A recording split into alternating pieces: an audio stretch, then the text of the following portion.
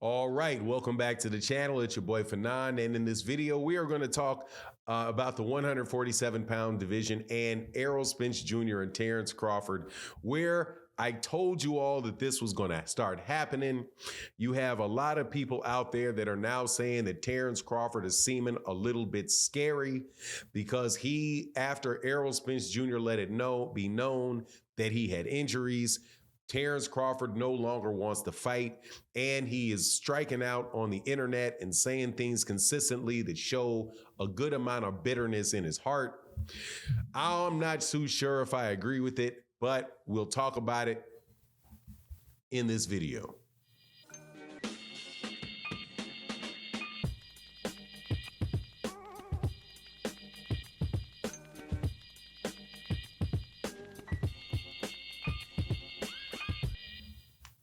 All right, welcome back to the channel. It's your boy Fanon, and in this video, we are going to be in the 147-pound division, and we're going to dedicate this video to a good friend, a good YouTube friend of mine, big supporter of the channel that passed away suddenly.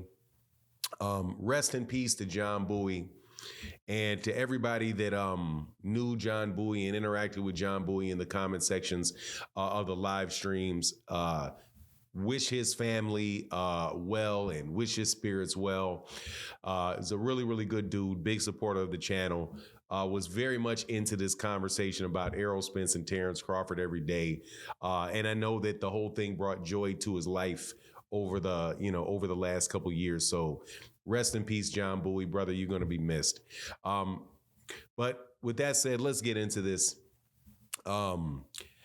Terence Crawford put out a tweet yesterday, and it was after the Cowboys, unsurprisingly, got beat again by somebody in the NFL. I don't pay attention to football, so I don't know who beat them. All I know is that it's a regular occurrence with America's team, and it's a running joke about the Cowgirls and all of that type of stuff. So Terence Crawford is a Packers fan, which right there shows speaking as somebody from Chicago and a lifelong Bears fan, says a whole lot about his personality. Yeah, just kidding. But who likes the Packers? Anyway, he cracks a joke about the Cowboys losing. They must have been injured like Errol Spence Jr. So people did videos about it. People talked about it. One key observation somebody made to me was saying, see, man, that dude is on Terence Crawford's mind. And Terence Crawford may not feel as confident about that rematch as he should feel, because Terence Crawford knows that he fought a guy that was injured and knew that he fought a guy that was not at 100%. And he knew that probably when he was in the ring and knew about it after. All of those type of things have been said. Now, are being said. Shout out to 2 Cent Boxing, who, by the way, and make sure you go subscribe to 2 Cent Boxing, did a video that said that Terence Crawford fought Superman who had kryptonite in his pocket. You need to run that back. Now, do I believe that that is the case, and is that a reasonable thing? Yes, it is. And let me tell you why I believe that is a reasonable thing. Because of the fact that Errol Spence Jr. said he was injured.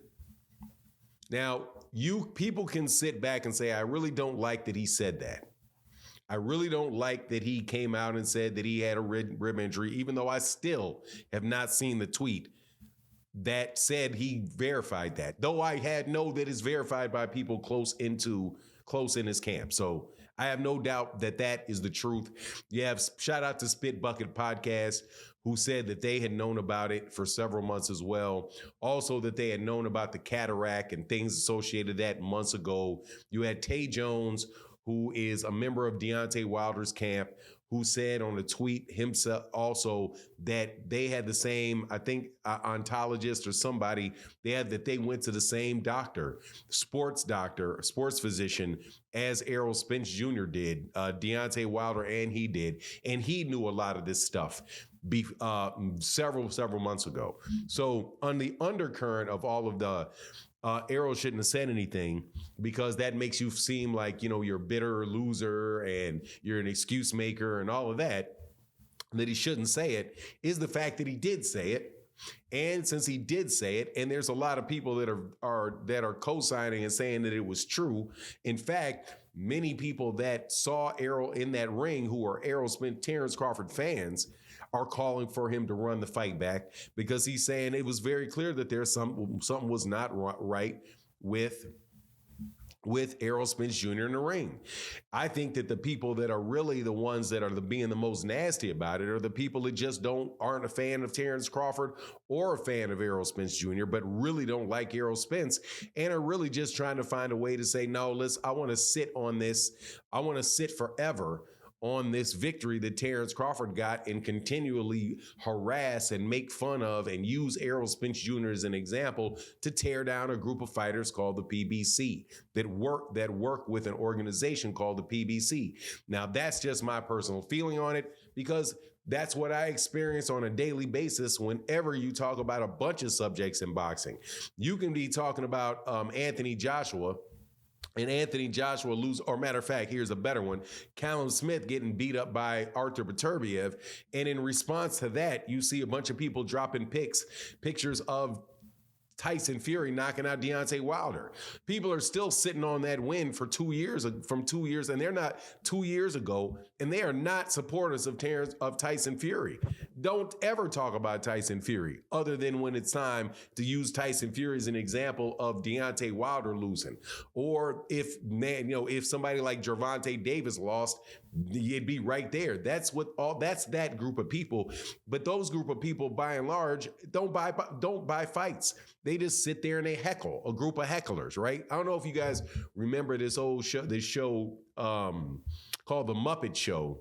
But in The Muppet Show was a bunch. When I was a kid, it was like a bunch of puppets.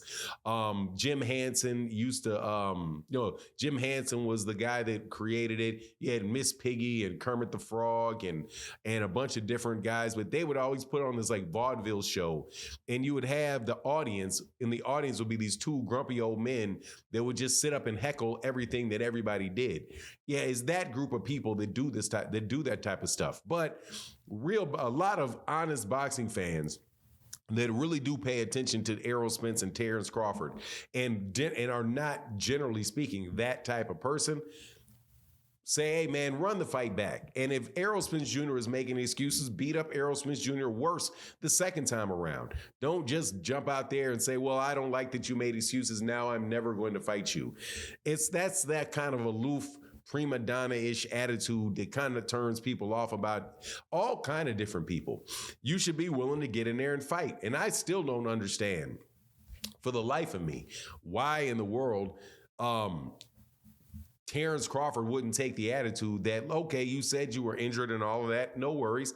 We can run it back. Now, the issues with it could very well be the fact that there's not a lot. Maybe people aren't willing to pay as much money or invest as much money up front in the fight, because the last fight did exactly what they thought it was going to do. 500, 600,000 pay-per-views, or 600, 700,000 pay-per-views, like Steven Espinoza said it was a big fight, but it's not Mayweather Pacquiao type of big. That may hold it up, but I think it's going to be interesting to see where else Terence Crawford's going to go. But anyway, that's my take on the matter. Please let me know what you think in the comment section. And with that, I'm out. Deuces.